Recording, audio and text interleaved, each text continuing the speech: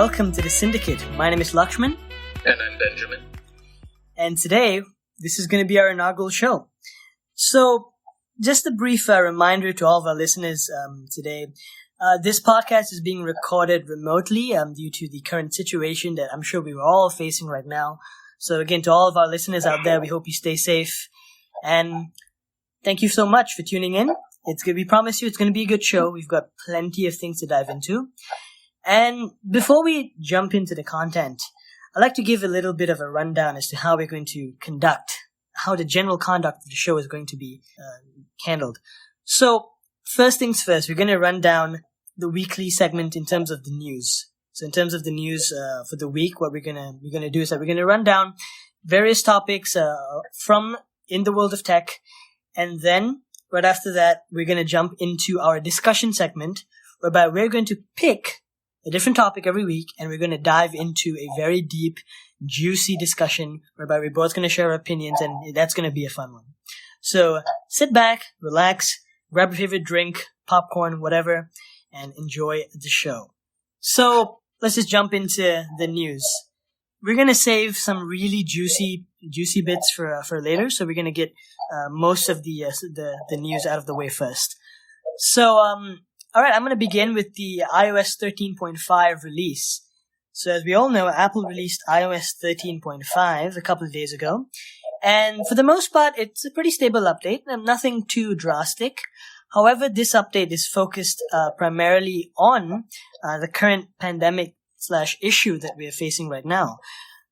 We've got two major features, one of them being the fact that now a lot of us are wearing masks due to the fact that we can't really go out. It's not that safe.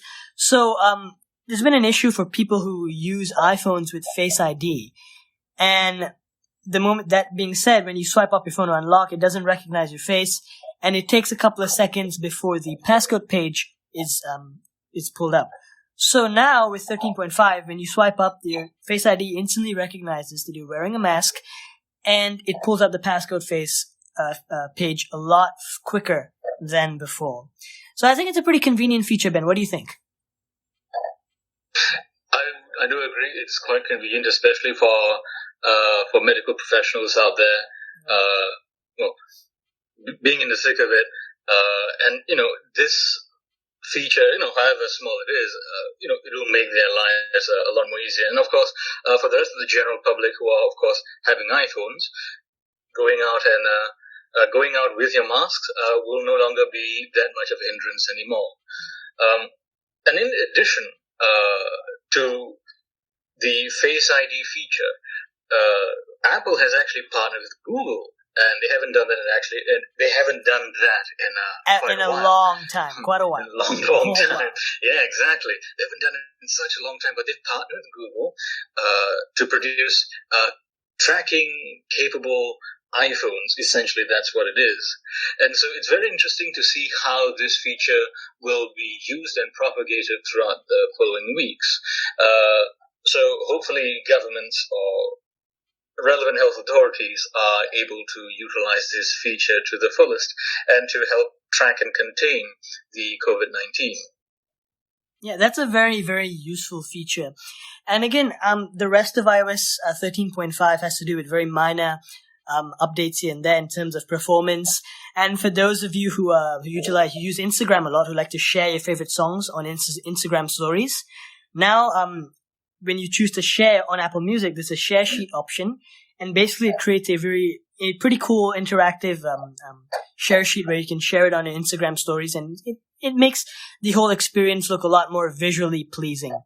And I think generally, Ben, we can sum up 13.5 to two things: safety and security, and convenience. What do you think? I would say a pretty fair assessment right there. Pretty spot on. So kudos to Apple for, actually still releasing a 13.5 update actually at this late in the stage. Fun fact. Considering how close iOS 14 is. Yeah. Fun fact, Apple has never released a 0.5 update before. This is the very first 0.5 update. Usually updates stop with a 0.4 release. So yeah, it's pretty good to see them provide many update options through for their users. And I think it's safe to say that this will be the last iOS 13 update. Well, until iOS 14. Yes, it does seem to be the case. And ladies and gentlemen, we'll get to iOS 14 much, much later in the show. Oh yes, we've got plenty. Just wait for that. Plenty of juicy things to dive into. All right, so next up, the Note 20, Ben. Why don't you take over? Well, there have been Note 20 leaks. Especially in regard to the design. It actually looks a lot like the Note 10.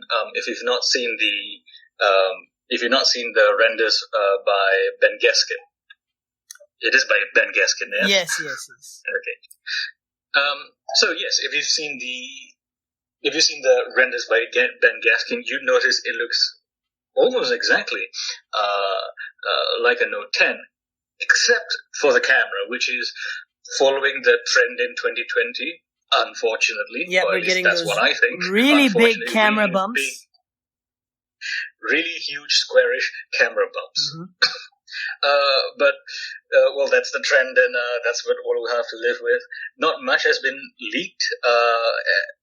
Other information that actually has been leaked about the Note 20 is that there might not be an Ultra variant.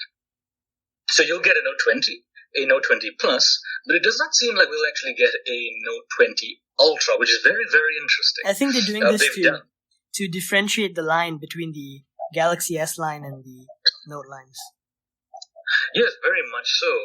That could very well be the case. So I suppose we'll just have to be a little patient and wait for more leaks as they come about. Specifications are touted to be similar to the Galaxy S20 models. So we'll see if there are any changes, especially in regard to the Exynos processors. There's been a huge outroar about that in the past months. I myself own a Galaxy S10, and it has the Exynos processor, and I will say that I'm not particularly happy with the Exynos processors. So we'll see in the coming weeks and months in regard to the Exynos processor for Samsung flagship devices moving forward. Moving on into Pixel news. Oh yes. The Pixel 4a has been pushed back to June. I mean, we practically know everything about the Pixel 4a.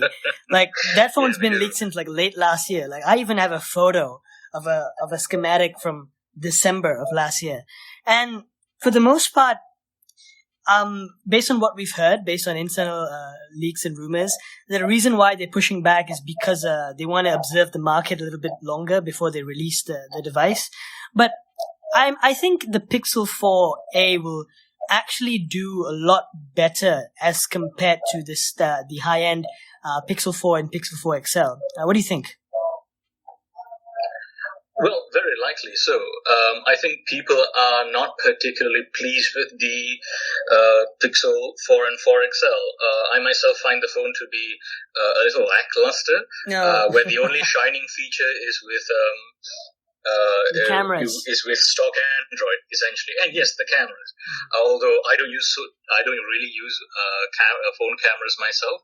But yes, that would be the shining feature. And so to give consumers as much of the Google experience as possible with that brilliant camera, with stock Android, but in a honestly better looking package. If you've ever seen the leaks, oh yeah, my God, the package, it actually looks a lot better. Because instead of a long bar or like a notch of sorts on top, we have Google decided to implement the hole punch cutout. Yes, they did. It's a lot cleaner. They're keeping some sort of fingerprint scanner, so that's nice to see. Yeah. I guess if you're into that, many people, including myself, are. So yes, we know just about everything about the Google Pixel 4a, and unfortunately, it's being pushed back again, although for understandable circumstances. Based on the rumors, most likely we're gonna hear a release on the 13th of July. Most likely, so we'll see how that goes. But also, we're not done with the Pixel quite yet. Pixel 5, Ben. Pixel 5. Can you believe it? It's been almost 5 iterations of the Pixel line. And this one, however, is going to be a lot different than prior Pixel lines. because I believe Google now understands that they've struggled for quite a while to actually bring out a compelling flagship, because the Pixel lineup for many years, the only two flagship features have always been again stock Android and the camera. That's about it. And every year we get various iterations, and to be frank, a lot of the designs have not really appealed to a lot of audiences.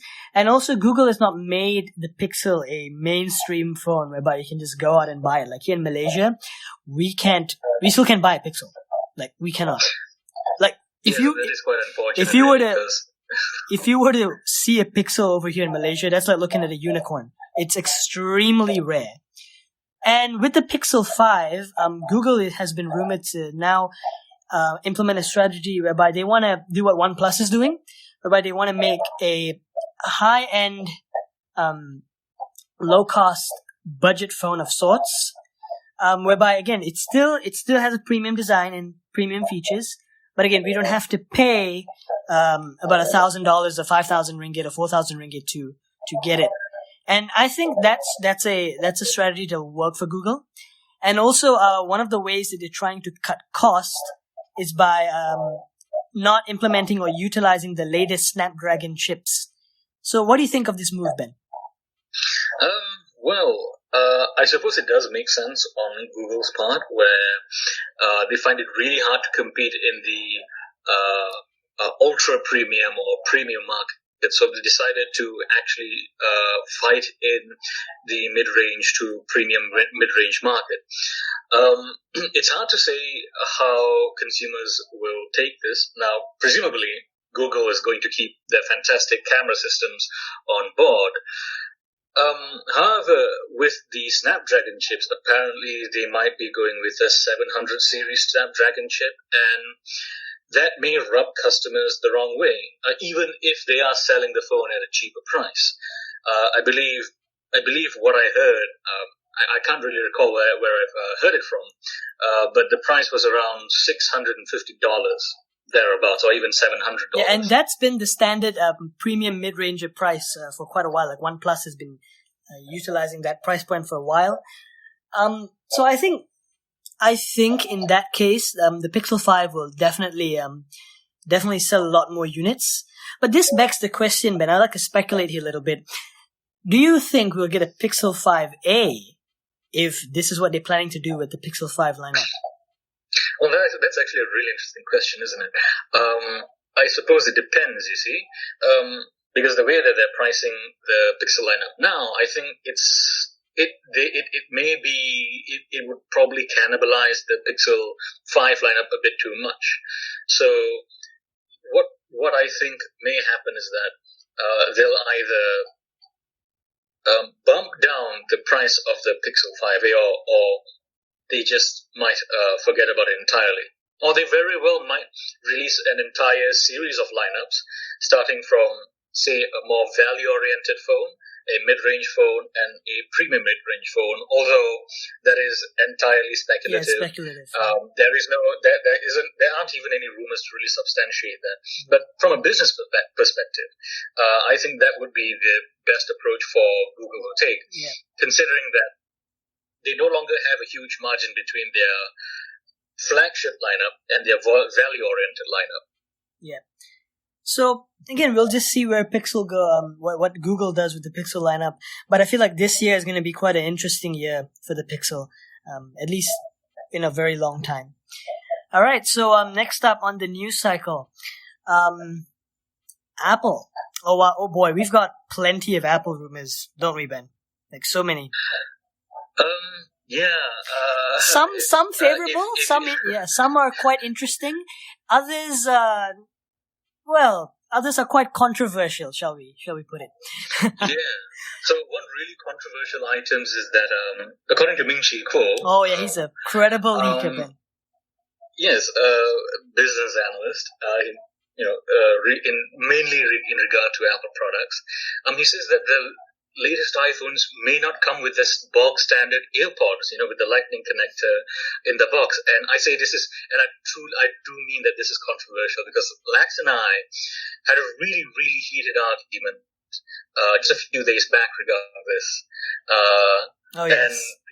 And I'm not sure how to feel about this. I'm still a little ticked off, because as a customer, I don't want to be shortchanged in essence, right? Because what Ming Chi Kuo has, speculated rather, is that instead of having the bog standard AirPods, what will be included is a discount for AirPods. Like perhaps even the AirPods Pro. Yeah, like a package of sorts. Like if you buy the iPhone alongside your favorite pair of AirPods, either the Pro or the regular variant, you get sort of a discount as opposed to buying them separately before. I think that's most likely what's going to happen. But yes, it is a very controversial move, and as of recent, Apple has been known for quite a number of controversial moves, starting with the removal of the headphone jack. That was quite controversial. And I'm still very salty about that, by the way. Oh, yes. But in terms of a business perspective, I think Apple's doing this because they want to push AirPods expansion. And based on how AirPods are doing right now, they're everywhere. Like, I commute on a daily basis, and almost every day I see someone with AirPods. I myself have utilized AirPods. Like, I currently use the AirPods Pro, and before that I had the second generation. Yes, they are convenient. They sound pretty good. The Pro variant, again, the noise cancelling feature is a much nicer addition to the lineup. But based on what Apple is doing right now to sort of push AirPods to become a lot more mainstream than they already are, I think this move, again, it goes both ways. Will we see a backlash? Yes, we definitely will. People will riot. People will have all sorts of opinions regarding this move if Apple goes forth with it. But I think in the long run, after a couple of years, a couple of generations, we'll just forget about it, and buying AirPods or buying a separate pair of wireless headphones would be the norm, despite how things are right now. Yeah, I do agree. It's a very smart. It's a really smart decision on Apple's part. On the business side of things, they certainly are leveraging the popularity of their AirPods or AirPods Pro, and what is perhaps going to be AirPods Studio. Again, we'll talk about later on. Oh, yeah, that's interesting. But yes, I do think a discount on these items when purchasing an iPhone is really going to invite a lot of customers to purchase these headphones. AirPods. Yeah. So yes, brilliant strategy by Apple. I can't say how other people might feel about it. I've never bought an AirPod. I don't think I'm going to buy AirPods, but I suppose we'll see. I may be compelled to buy one later on. But Ben, here's the compelling question, Ben. Do you think this move will sort of trickle down to the Android lineup of things? Because hey, as we all know, when Apple removed the headphone jack, many Android flagships slowly followed suit over the years. So what about this move? Well, to some degree, in the Android space, they've already started it, and it has started with Samsung and their latest Galaxy lineup. They've not included the box standard earphones, but what instead they've done is bundle their Galaxy Buds into the package, and so it becomes an even more compelling offer for people to actually get to buy a Samsung. And yes, you're right. Apple is a trendsetter. Yeah, no doubt. And the Android space is unfortunately filled with a lot of followers. So we might be seeing this coming to be the standard sooner than later. In fact, Apple is not the first to actually remove the earphones. No, Motorola was. Or equivalent. Motorola did, even OnePlus. Back when I had the OnePlus X, I did not have any bundled earphones in the box, and I don't think you even get that with the latest flagships. So they're not the first to do it. They are the first to offer a discount with their wireless earphones, which is I suppose, which is a good thing because I don't really see other competitors other than Samsung pushing this. So it'll be very interesting to see how this develops over time. I won't say it's a guaranteed thing because, the iPhone has a physical mute switch. Other than OnePlus, no other Android phone has it, so I guess we'll just have to see how that goes on. But yes, interesting and definitely an controversial move by Apple. I think one of the reasons why this particular aspect is getting a lot of attention is because iPhones have always come bundled even all the way back from the very first iPhone. So right now, if you buy an iPhone, you expect to get a charger and a pair of standard earbuds in the box. That's what people have always expected. Even with the removal of the headphone jack, Apple they switched to Lightning, whereby they introduced earpods with a Lightning connection. But if you noticed, when the 7 came out and they removed the headphone jack, they did include a Lightning to 3.5mm headphone jack adapter in the box, and they did that all the way up to, I believe, the iPhone 10. But when the 10s came out, they completely got rid of that, and they only have the standard headphones in the box. And I feel like this year we may not even have the standard headphones in the box, because honestly, the transition to wireless that's the future we're headed towards. So we'll see where it goes. All right, now we're gonna dive into a pretty juicy rumor. So Ben, I don't know about you, but have you heard of this name, John Prosser? Have you heard of this name? Yes. Oh, Turn yes. and the Toilet Squad. Yes. Oh, yes. Who would not know? Quite a controversial name, to say the least, huh? Well, controversial for Apple, but for the rest of us, it's really entertaining, really. Oh, yeah. So, for those of you who don't know, John Prosser is a YouTuber who runs his YouTube channel called Front Page Tech. So, be sure to check him out. He's a pretty cool YouTuber, and as of late, he's been making waves in the tech community because he has been leaking plenty of Apple-related content. But unlike any other leaker, he's got internal sources from inside Apple, multiple sources that give him very, very specific details from not just specs about the product or design or whatever. They even give him dates and launch times, which again we have never seen. This is an unprecedented move in the tech leaking rumor community, and then that has skyrocketed John Prosser as a very, very significant, substantial name in the tech community. And this week, Prosser by far released one of his most substantial, and I would even go out to say the most controversial leak he's ever done in a long time. Don't you agree?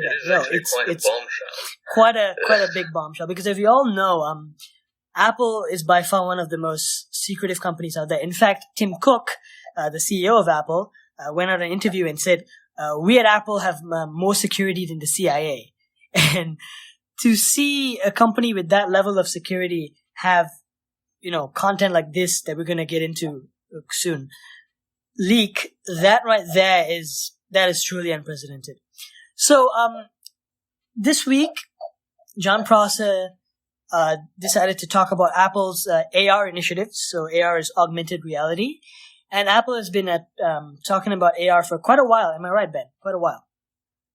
Yes, they've actually been pushing this steadily, I don't know, since the iPhone 7, I think? Yeah, since the 7.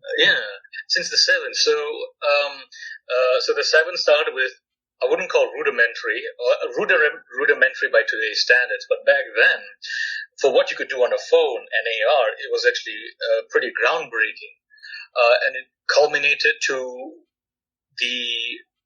it culminated to this year's iPad with their LiDAR sensor. So I think with the progress that they've made on AR and successive generations of iPhones and now iPads included, I think with what John Prosser has leaked, this is their big push into the AR space, like a really serious push into the AR space. This is the inevitable direction that Apple has headed. So basically, Prosser leaked information regarding Apple's AR headset device that it's been long rumored that Apple is working on, an augmented reality headset of sorts, and John Prosser gave us quite a substantial scoop. So based on what John told us, here's what we know. So this is again a first generation product, so most likely this device is going to rely heavily on the iPhone for most of its processing capabilities, just like how the first generation Apple Watch relied heavily on the iPhone. And here's the kicker, however, the price tag. Because right now, if you look at the AR market, AR headsets exist. There have been quite a number. The price range, however, that has not been an accessibility point for most of us because they're usually very, very expensive. Like they cost around the thousands of dollars, in thousands of US dollars. So right now, what Apple is doing with the AR glasses, at least what they're rumored to do, is that these glasses, at least the base model, is rumored to start at $499 US dollars. So that's about 2,300 Malaysian ringgit. And that right there, that is truly unprecedented because Apple has never released a product that, at least a first generation product that's that cheap. So that enables the user, the customers, to sort of jump on board a lot quicker. So the rumored features of the headset, Ben, I really want to get into this. So the design, because usually when we think of AR headsets, we think of these funny, weird-looking goggles. Like, hey Ben, you remember the other day I showed you the Magic Leap headset? Oh Christ, that was something. Knowing Apple and their strict focus on design, or as much as they try, they're not going to accept any of these clunky alternatives. I mean, they're not going to accept a Google Glasses thing. No. And even that costs around $1,000. Yeah. Microsoft HoloLens, while more sleeker, is still a little too clunky for Apple's style. So while we don't exactly have pictures or videos on it, I hope, or rather we hope, that John Prosser will leak the images, but the expectation is that it's going to follow the Apple design philosophy, something simplistic and something usable for everyday use. Yeah. Basically. So you see, the two highlight features here, in my opinion, as to why this device might be a runaway success, actually three. Well, first being the price, which we've already discussed, but the other two has to do with the fact that it has to do with privacy and a more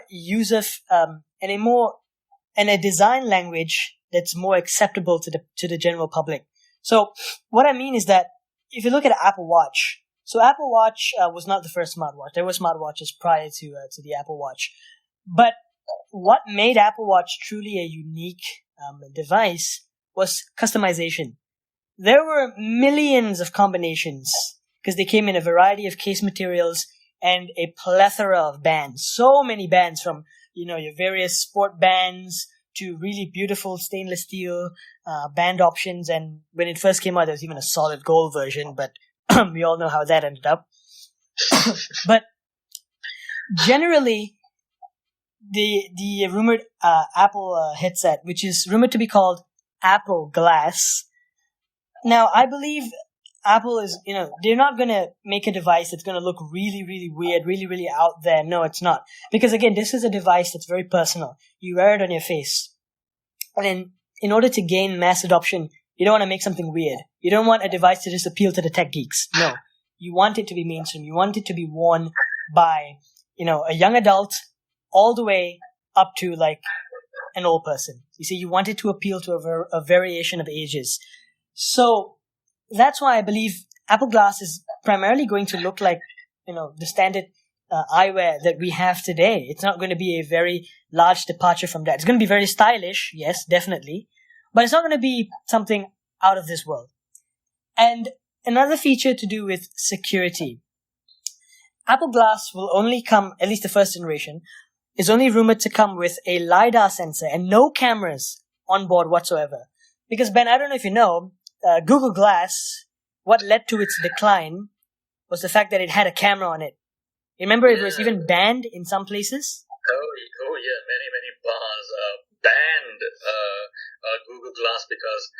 well, nobody could really tell if you're using the camera or not, even if you really weren't. So this was a huge privacy concern for many, many, many people in many different industries, notwithstanding the fact that it looked not very nice, not very pleasant. So yes, I think this is a smart move on Apple's part. If it's true, of course, to not include a camera in the first generation at the very least, to get this sense of wide adoption from many, many people, in addition to, various sorts of designs and customizations available. Yeah. But I think the most important thing, however, in the Apple AR glasses, we can find this in the first generation Apple Watch. That is, the bulk of the processing, or just about almost all of the processing, is done on your iPhone. So there's no need to have huge, thick side railings or huge lenses to store battery and other processing parts. I think you could get a very sleek, a sleek piece of eyewear with the bulk of the processing done in the iPhone. So yeah, definitely interesting. These are interesting times, isn't it? Quite. And the bulk of it actually coming from Apple, and it seems like the non-Apple tech space, not including the PC, not including the desktop or laptop computing market, seems to be dominated and advanced, being advanced by Apple. So hopefully with this push from Apple, competition will rise from the likes of those in the Android space, and who knows what will happen. But in this year, I think it might very well be the year of the Apple. Yeah, definitely. All right, so that's it for the news cycle. Now let's dive into some pretty juicy discussions. So as we all know, we are exactly a month away from Apple's Worldwide Developers Conference, also known as WWDC. So We've got plenty of things to discuss. This is, again, Apple's first significant event for the year 2020. But the difference is, this time, this will be the first online WWDC. So this entire session will be conducted online, both the inaugural event and the developer sessions throughout the week. So that's definitely a very interesting approach to see how they handle that department. So, Ben, what do you think? Do you think it's going to be an exciting event? Well, I can't really say because, the thing about the WWDC is that part of the charm and part of this excitement comes from, watching those live presentations in front of a crowd. So, like I said, it'll be really interesting to see how Apple specifically implements remote and this remote online conferencing. Oh, yes. But certainly, the lineup of rumors that we have are actually pretty interesting, and I'd like to see how Apple announces all of this and where their focus is for the next year or two. Oh, yeah, but all right. So based on what we know, again, for most of you that don't know, WWDC is a software-centric event for the most part. So we are going to get a lot of updates to all of Apple's software platforms. So we have iOS, we have macOS, tvOS, watchOS, and now, as of last year, iPad OS. So we know that all these software platforms are going to get substantial updates. But every once in a while, at a WWDC conference, we get some hardware thrown into the mix. And at this year's conference, we're expecting some hardware announcements. So I'm going to start with some of the things that we're rumored to expect. So Ben, have you heard of Apple Tags? Yes, there were rumors going on last year, actually. All the way last year. Yeah. Last year, around the time that the iPhone was released. Yeah. Indeed, a lot of us in the tech space anticipated for Apple Tags to be announced. After all, this was it was a partner to the U1 chip inside the latest iPhones. Yeah. It didn't seem to have materialized, and it was up in the air. We were wondering for a while, like, what happened to it? We knew the tags were coming, or we had reasonable expectation that it was coming. Yeah, they were even mentioned in the software. Yeah, and then it was just silence for a while, and now the rumors are resurging once again. For those of you who don't know what Apple tags are, what they are essentially beacons. That's what they are. They are essentially mini beacons that you can attach to, just about anything. Your car keys, your wallet if it's big enough, your bag, and the purpose of these beacons is, of course, to keep track of them. And the U1 chip inside the latest iPhones and future iPhones will be competent enough to detect where they are by also utilizing other U1 chips and other wireless networks to track and locate your item. Yeah, exactly. So, and Apple again they're not the first to make a Bluetooth tracker. There was a company called Tile that really made Bluetooth trackers mainstream, and this is a very lucrative space for Apple to jump on board, because they can sell plenty of these, and you can attach them on like as Ben mentioned, on your wallets, on your car keys, and whatnot, and you can keep track of them. But what I think Apple will bring to the table is they're going to bring a very unique way to track these devices, because from what we heard, Apple is going to implement some AR features. Like, imagine if you misplaced your car keys. Let's say you're in your living room and you don't know where your car keys are.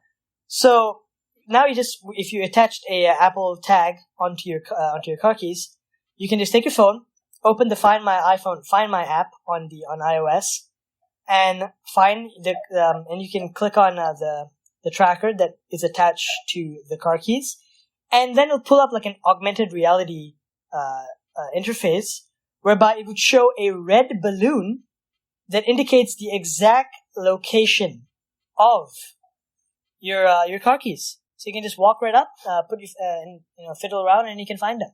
So that's again a very, very convenient feature utilizing AR in all of this. So precisely. That's pretty cool. I'm definitely interested. Again, the tags are rumored to they're rumored to look puck shaped. These really tiny puck shaped tags, and they also rumored to have they have interchangeable batteries. Like, they're going to use the same batteries as like regular digital watches, and they're going to come in this little leather sleeve of sorts. So that's pretty cool.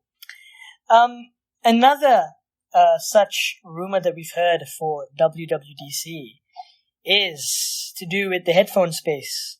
So, Ben, as we all know, Apple has been expanding the AirPods lineup, or essentially the AirPods brand, recently. And recently, what we've heard is that Apple is going to come up with their own over-the-ear headphones, and this is pretty cool. So, what do you think?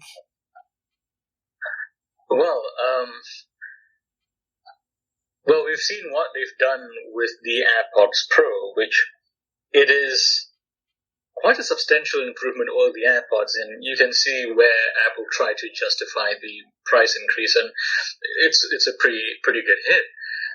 With the Studio, I think, obviously it's going to compete with Microsoft. Oh yes, and Microsoft's latest over-the-ear headphones is priced at $250.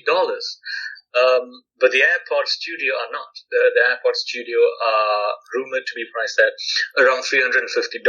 Yeah. We are, of course, expecting some level of active noise cancellation. Oh, definitely. And if Apple's recent track record with audio is anything to go by, I'm going to expect very, very good quality of very, very good audio quality. Yeah, because these headphones are rumored to be catered towards professionals. Like, again, they're rumored to be called AirPods Studio, and therefore there's going to be a focus for these headphones to be utilized by industry professionals.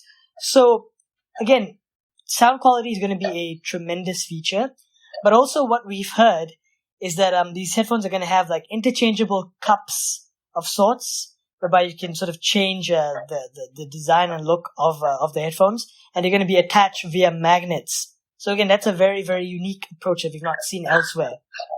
That's true. So if Apple manages to implement that right, it will blow just about every other competition out of the water, and that includes the more established audio brands out there. Yeah, like because I currently use a pair of over-the-ear headphones. They're not that great, if I'm honest. They really hurt my ears, and I did wish that I could just, pop a bigger sized ear cup over it, but I cannot. And even if I could find a way, it'd be a little cumbersome to get it over with. So I think this implementation is what is going to drive a lot more sales for Apple, not just with the AirPods Studio, but also the accessories as well. Yeah, definitely. But again, in the AirPods Studio, they're going to be targeted, or at least they're going to appeal to people that want a studio grade headphone. And well, I'm not sure if Apple can really produce a studio grade, professional grade. But I'm sure. I know that. That's what we were waiting to see.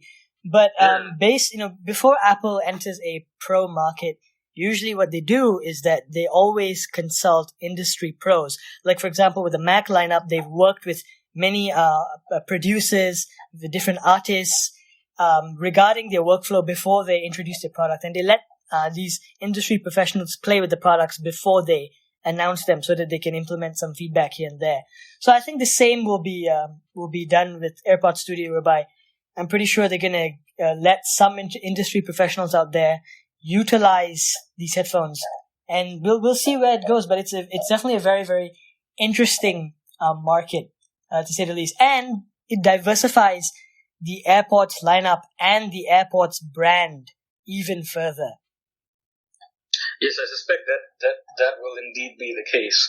I suppose it will be sort of like the case with the Pro Display XDR. Oh yeah. It's not necessarily going to compete with products that are actually literally tens of thousands of dollars, but it's going to come so close at such a good price that perhaps it'll get reasonable adoption by the professional community. Yeah, I'm going to tell you this, Ben. If I had all the money in the world, I would buy a Pro Display XDR. Definitely. Well, I suppose you and I have different tastes. Oh yes, of course. But I definitely would.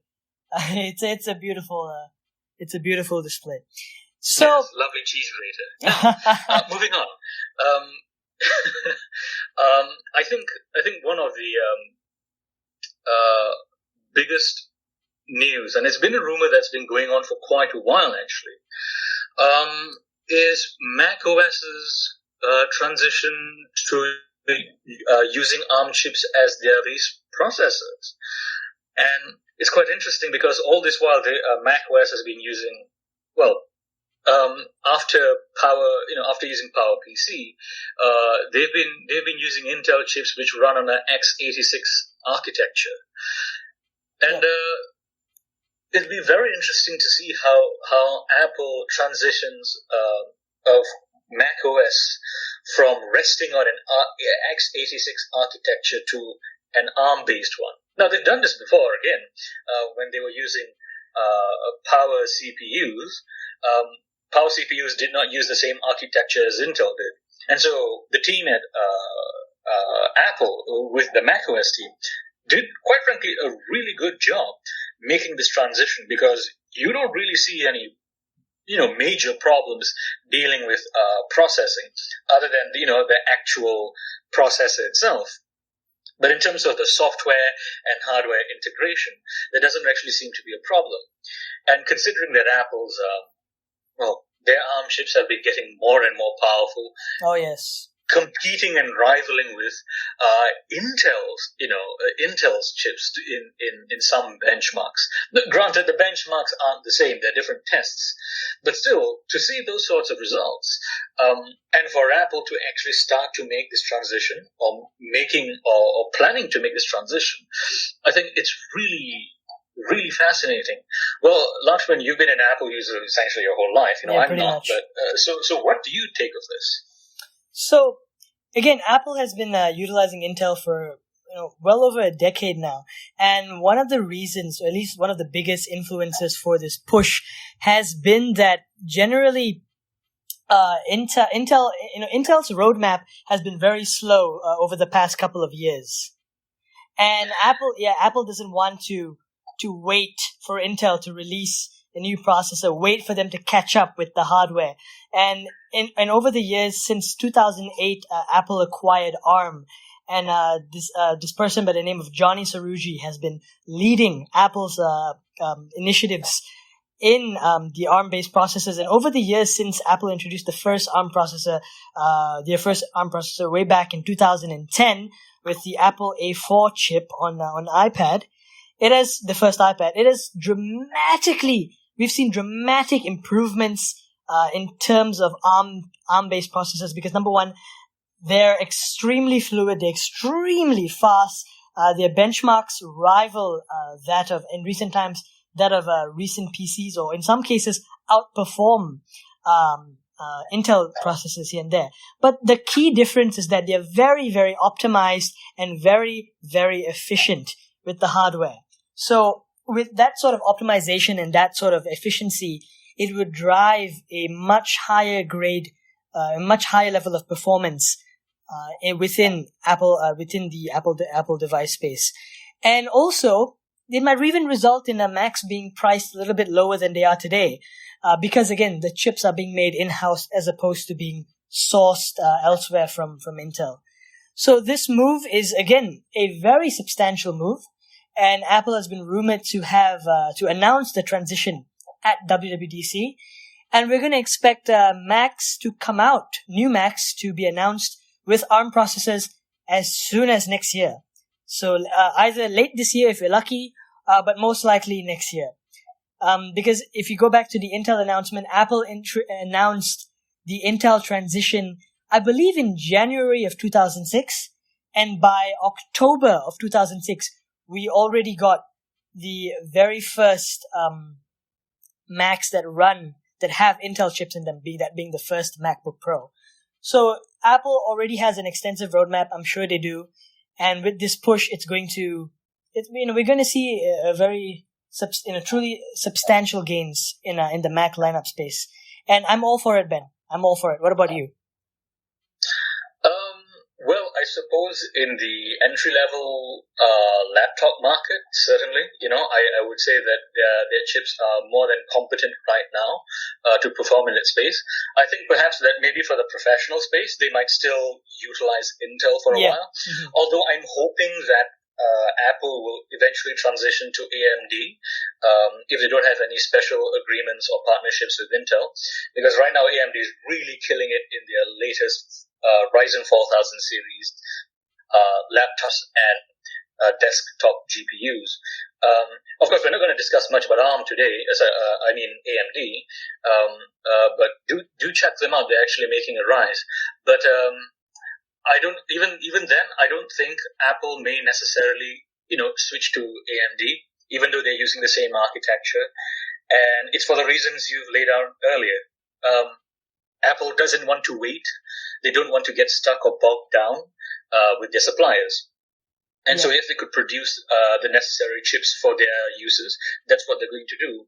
And I suppose that although they might not be able to compete in the professional space for a while, I believe that they're already working on an entry level, massive resources in R&D, in their research and development, to push forward to ARM professional ARM CPUs, and that's actually going to be very, very interesting to see a third rival,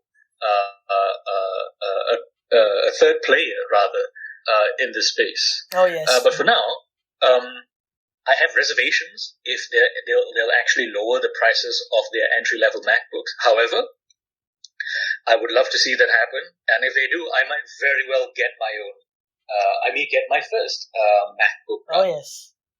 Yeah, but again, I'm pretty sure Apple has been working on this for quite a while. Again, we've heard these rumors all the way back since 2016, actually, quite a while. And only now, I think, moving into the 2020s, into a new decade, are we going to see this next wave, this next transition, and it's going to be a pretty beneficial one. All right, so next up, Ben. Hey Ben, I'm sure you've heard of a HomePod, right? Yes, I've even seen it. Yep. Near my company, in this this office space where I work, there's actually this shop. This is an IT store that sells HomePods, yep. And it's doing dismally, I might say, in sales. Oh yeah, and definitely in the broader Apple product line, it's not doing particularly well. Because HomePods are not made available here in Malaysia. So if you want to get them, you can only get them in some of these kinds of stores that cater to these kind of products. But generally, the HomePod has been one of Apple's lackluster products in recent times. Well, in terms of sales, because not many people are jumping on board, and because they started at a very high price as opposed to many other smart speakers. Like we've got Amazon Alexa that's really doing outstanding.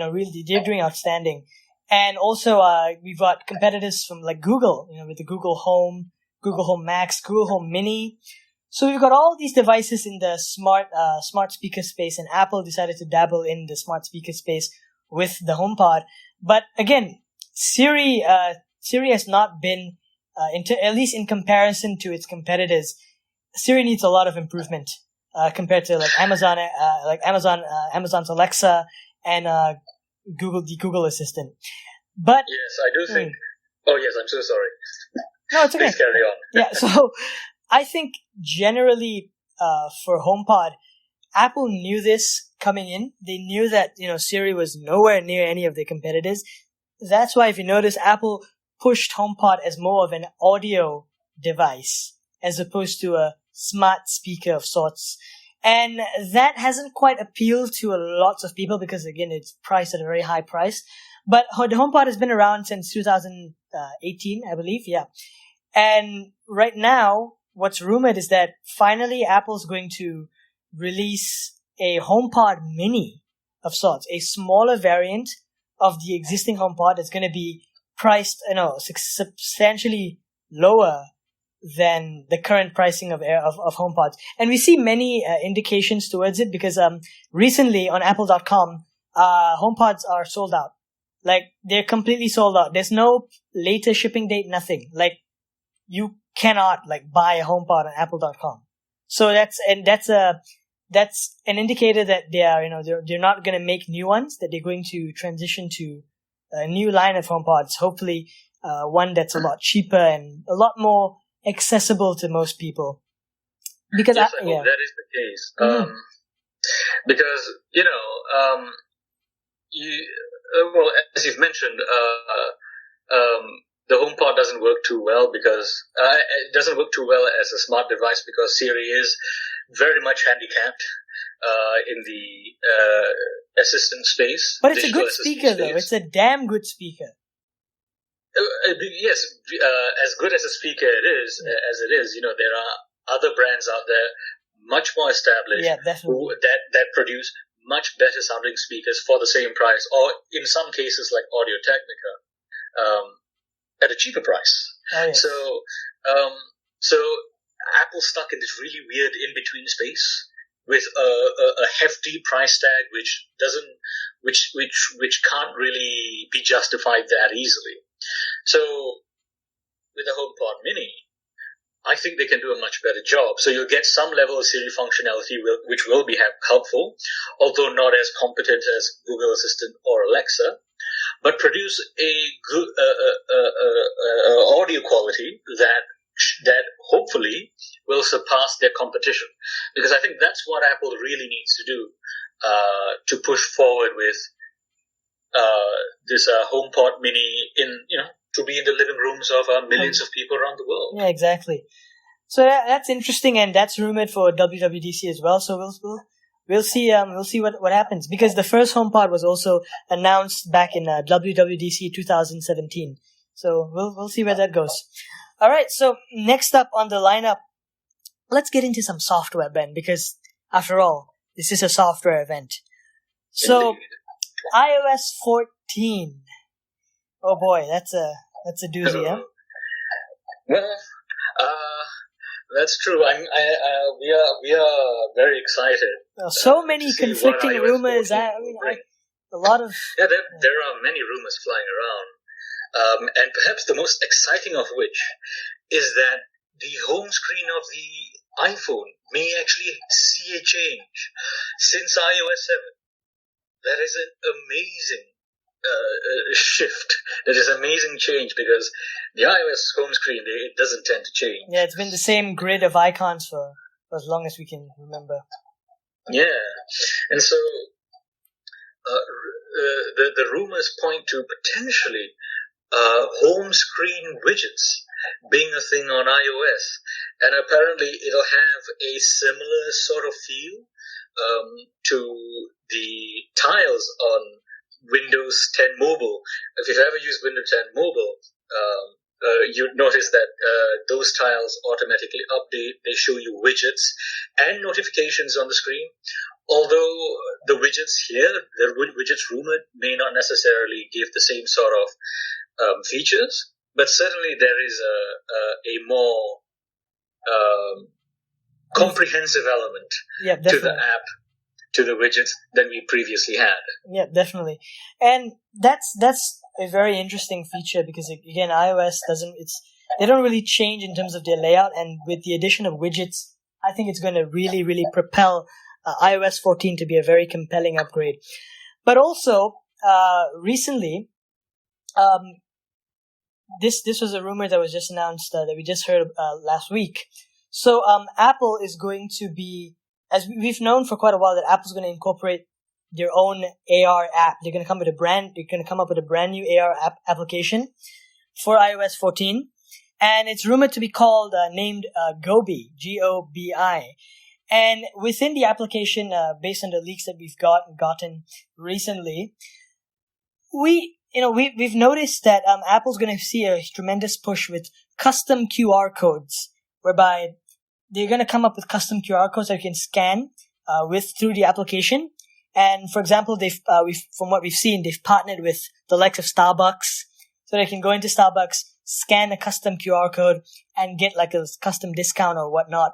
So this has to do with Apple's push in the AR department. And I believe with the announcement of this standalone augmented reality application, this further emphasizes the fact that we're going to see Apple's AR initiatives blossom this year, with possibly the Apple Glass announcement later this year. So a lot of interesting tidbits that can be found in iOS 14.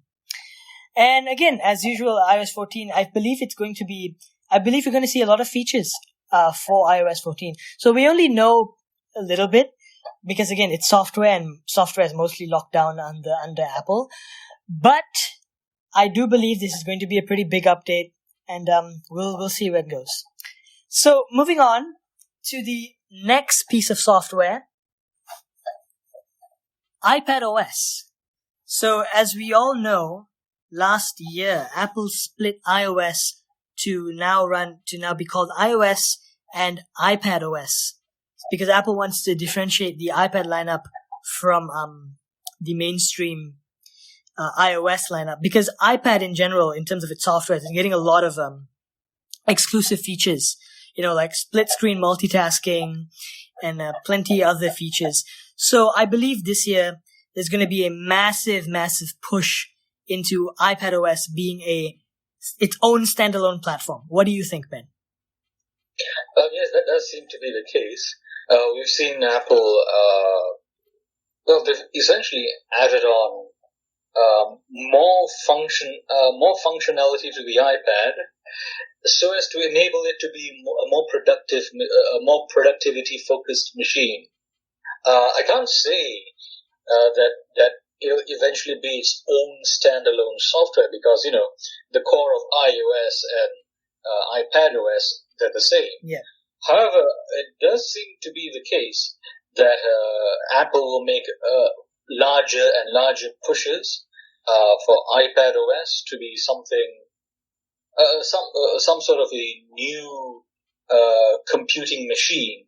So it's unlike a laptop, which Lax and I are using now, or even unlike the current versions of tablets that are on the market.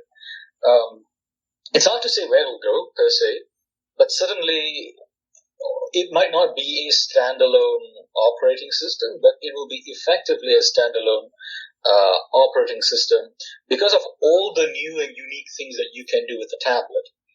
It's sort of similar to the Surface lineup with Microsoft. However, with Apple, you have a different twist. Because with the Surface lineup, you're still using a desktop environment. But with the iPad, it's clearly not a desktop environment, but it can be made to become as if it's a desktop environment. And so this critical difference, I think, is what Apple wants to push on. Indeed, that's what actually they've been pushing on all this while. Yeah. And I think that's in the end, that's what Apple wants to, that's Apple's goal, right? Apple wants to have a proper productivity machine, which is not called a MacBook. Yeah, because like the thing is, the iPad from the beginning has been one of Apple's most versatile devices, and I believe that with additional features that's going to be introduced with iPadOS 14 and later versions of iPadOS, it's going to make it a lot more capable and a lot more a lot more productivity work can be done on iPad, because for the most part, most people use iPad as a sort of a leisure device, to like watch, like a media consumption device to watch movies, TV shows, and, maybe do a little bit of work here and there. But mostly right now, Apple wants to change that perception. They want to make iPad a very versatile device that can be both a consumer device and to some extent a pro level device. And also, in recent times, recently with the iPad Pros announced a couple of months ago, Apple's introducing various accessories like the Magic Keyboard that sort of push forward the overall experience of iPad. And now iPads with iOS 13.4, they now support cursor support, they have mouse support and trackpad support in the operating system. So again, it's features like this within the software that propel iPadOS to sort of be its own standalone thing. And I think it's going to work out for Apple in the long run. Because after all, the goal of iPad is to be this magical piece of glass that can literally become whatever you want. So I think with this push, it's getting there. All right. So next up, let's talk about some wild cards, Ben. Things that we've heard of, but we don't know when exactly they're happening.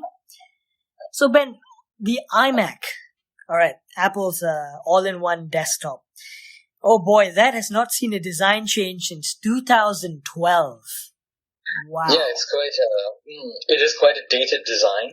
I mean, it's a good design though, I'll give you that. It's a good looking device. Well, at the time, I remember my first time looking at iMac, it was really, really cool.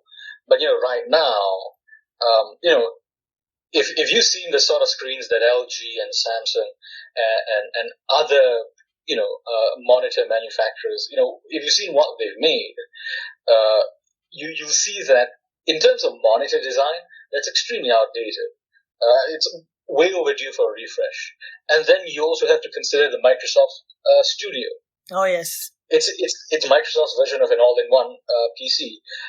It's not a particularly compelling buy, the Microsoft Studio, for professionals, but it is a very good-looking computer.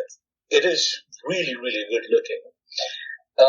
And when you put it side by side with the iMac, you can tell right away which one's more modern, which one's more beautiful, the dated design, and which one you'd rather have. Yeah, that's true. If you weren't tied to the Apple ecosystem, I think most people would go for the Studio if they had to choose either one. Yeah. So generally with the iMac lineup, Apple has been substantially updating incrementally updating the iMac lineup. Like a couple of years ago, they made a transition to have a 4K and 5K resolution on the iMac. So that's a welcome refresh. But the biggest complaint has always been on design, whereby yes, it was a nice design for its time, but Apple has barely touched its desktops in a long time. And even with devices like the iMac Pro that was introduced a couple of years ago, it's pretty much the same design, just with a different color and, again, internal upgrades. So I feel like this year, from what we've heard, Ming-Chi Kuo said that there's rumored to be a brand new 23-inch iMac. So currently, iMacs come in two sizes, 21.5 and 27 inches. So right now, it's rumored that the smaller iMac will start at 23 inches, and we don't know about the bigger variant. But if the smaller iMac is starting at 23 inches, I feel like it'll maintain the same footprint, but the bezels will be substantially decreased. Because, oh boy, he's got some pretty chunky bezels now, huh? Yeah, it really does. So I do concur with that assessment of yours. It'll sort of be like the Mac 16-inch MacBook Pro. Oh yeah. It has more or less the same footprint as the 15-inch Mac Pro, but with much smaller bezels on the screen, and that makes a huge difference. Oh yeah. So I think that is a welcome refresh, although I truly wonder who the iMac is meant for today. I mean, generally, right now, if you look at the desktop market, yes, there is a decline in desktop purchases recently. But I think as a family computer, because I've noticed, like, for me, like, I have an iMac. For the most part, we've just used it as like a family device. And even people that have iMacs, they either use it at home or in the office space as like as a device on their desks. That's about it.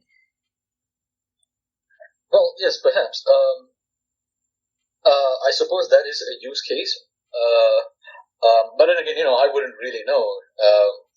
You see, because in the PC space, if you're going to have a desktop, normally what it'll be either a gaming rig or a professional workstation. It's very rare to see these days people buying entry-level desktops. I mean, sure, there are use cases. Companies, for example, that would be the biggest use cases. The education space would be another. Oh great yes, way. Education, definitely. Yeah. But in terms of household use, I don't think so, because you could do all of those things on a laptop. Yep. Now, whether you pick Windows or Mac OS, it really doesn't matter. But you have the MacBook Air, which is a very competent laptop, light, good, portable, and you're not stuck at one place. Yeah, I saw Mr. Mobile's recent video on the Razer Blade 17-inch. Oh yes. And so he called that a desktop replacement. And he made a very good point. A desktop, it forces you into one place. Maybe that's for some people, but I think for a lot of people today, with our mobile habits and lifestyles, I don't think that's something we want. We would much rather have portability. Again, other than if you were to build an extremely powerful rig for yourself, for professional computing, so for example, the Mac Pro, you need that form factor, and you need those accompanying accessories to get as much power out of the thing as possible. Yeah. But I don't think that for ordinary home use it's particularly necessary. But then again, I'm not particularly familiar with the home desktop market. This is just my 2 cents. It's clearly, it has clearly been in decline over the past couple of years. That's a fact. But hopefully with a compelling enough refresh, if they do, substantially change the design, I do believe some people would go back to the iMac. But you're right, we are increasing. As we progress into the future, we're going into an ever mobile space, as opposed to being bogged down in one particular location.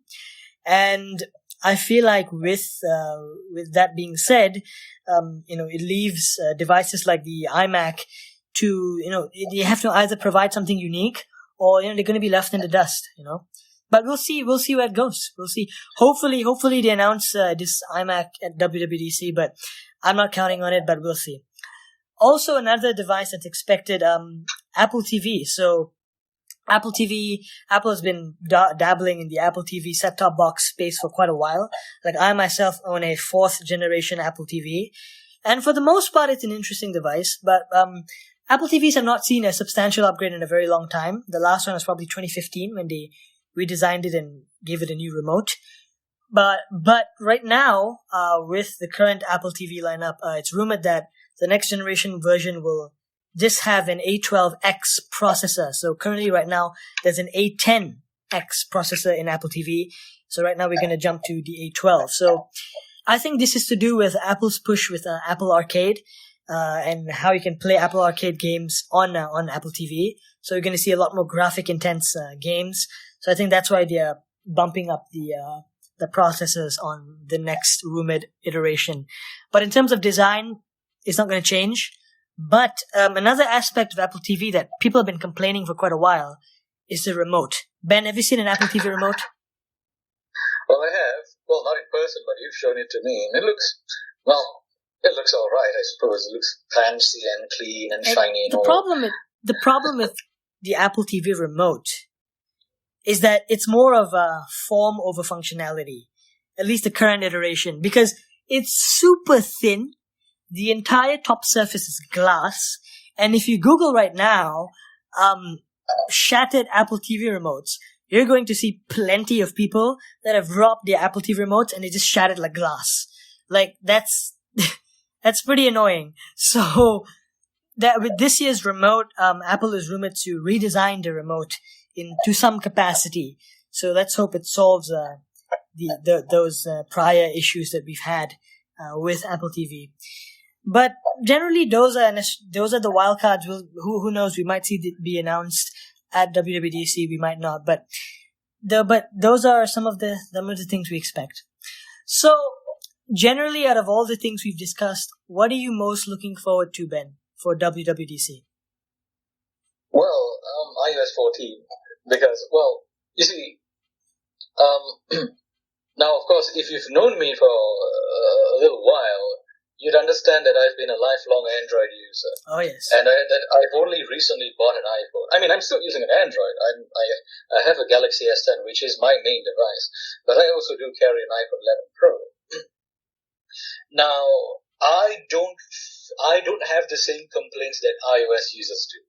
That is to say, a lot of iOS users, I'm sure they're starting to feel the home screen to be really boring. I don't blame them.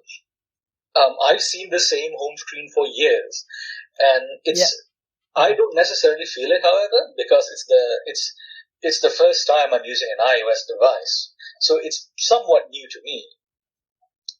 However, that being said, when you see iOS or iPhones being advertised, you see the home screen, and it's always more or less the same.